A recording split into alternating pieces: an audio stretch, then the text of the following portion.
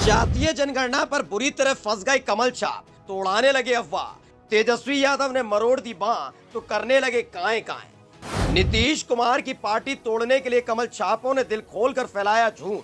तेजस्वी ने खोल दिया मोर्चा, हद में रहने की दे डाली हिदायत। बिहार से वनवास पर कमल छाप बुरी तरह बौखलाए। नीतीश कुमार को बदनाम करने की रची साजिश, सामने आ गया एक एक किरदार।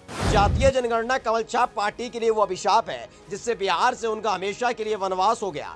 लेकिन इतने साल तक नीतीश कुमार की बदौलत बिहार में सत्ता की मौज उड़ाने वालों को ये हजम नहीं हो पा रहा है, तो तरह तरह के हथकंडे चल रहे हैं। नीतीश कुमार को बरगलाने के लिए तेजस्वी यादव को जेल भेजने तक के हथकंडे चल लिए, लेकिन आखिरकार तेजस्वी यादव ने जातिगत जनगणना के आंकड़े सबके सामने रख दिए, जिसके बाद साहेब की पार्टी के कारिंदे अब अफवाह फैलाने पर उतर आए हैं।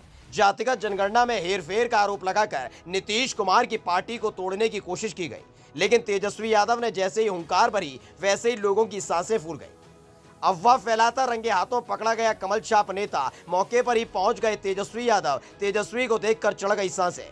वैसे तो साहेब खुद को पिछड़ी जाति का बताते हैं, लेकिन उसी जाति से कितनी चिड़न होती है उसकी तस्वीर बिहार के अंदर देखने को मिल रही है। दरअसल तेजस्वी यादव ने बिहार में जातिगत जनगणना के आंकड़े सामने रखे, जिसमें पता चला कि बिहार में सबसे ज्यादा आबादी यादवों की है, जो करीब 1,86,00,000 है, यानी करीब 14.26%। वहीं कुर्मी 37,62,000 यानी करीब 2.87%। सिर्फ इन दो जातियों की आबादी को लेकर कमल छाप उछलने लगे और फिर जमकर झूठ परोसा जाने लगा।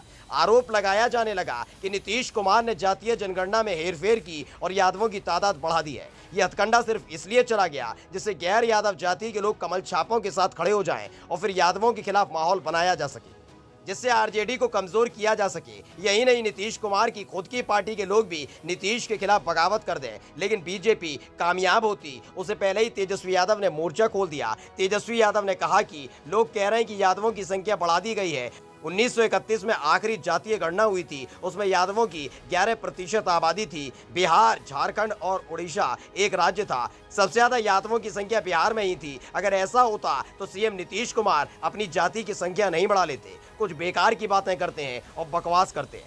दरअसल इस जातिगत जनगणना के बगैर भी सबको पता था कि बिहार में किस जाति की ज्यादा आबादी है, लेकिन ये इस जनगणना से सभी जातियों के साफ साफ आंकड़े सामने आ गए। बिहार में पिछड़ी जातियों की तादाद सबसे ज्यादा है। पिछड़ी जातियों में सबसे बड़ी जाति यादव है। इसकी जानकारी होने के बावजूद भी सिर्फ बिहार का माहौल खराब करने के लिए लगातार झूठ परोसा गया, लेकिन जो कोशिश बिहार के अंदर बीजेपी कर रही थी वो धरी की धरी रह गई। लगातार हाथ पांव मारने के बाद भी बिहार के अंदर जातीय जनगणना के खिलाफ किसी भी जाति की तरफ से कोई विरोध नहीं किया गया। यानी आखिरी दाव जो बीजेपी ने बिहार की सियासत में जिंदा रहने के लिए चला था वो भी धरा का धरा रह गया।